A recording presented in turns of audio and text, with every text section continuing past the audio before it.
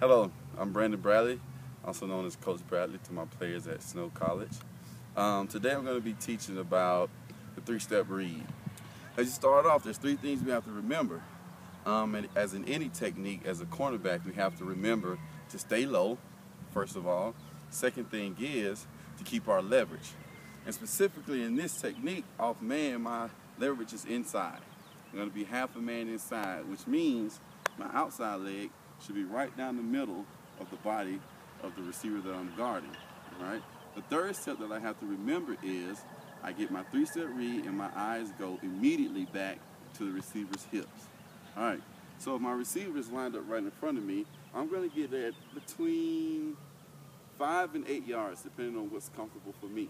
All right, I'm going to align myself inside, outside leg, right down the middle of the body of the receiver, with my head turned inside so I can see the quarterback.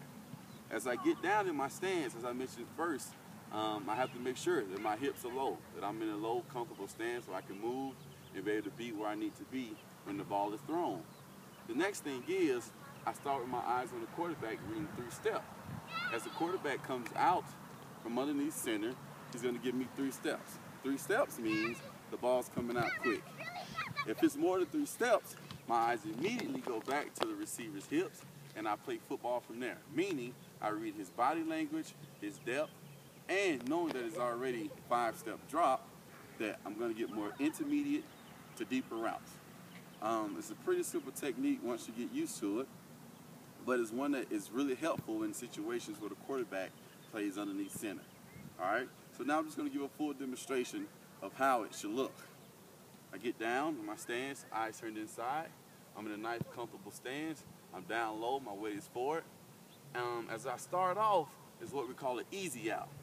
It's just a nice, slow pedal until I get my read on the quarterback.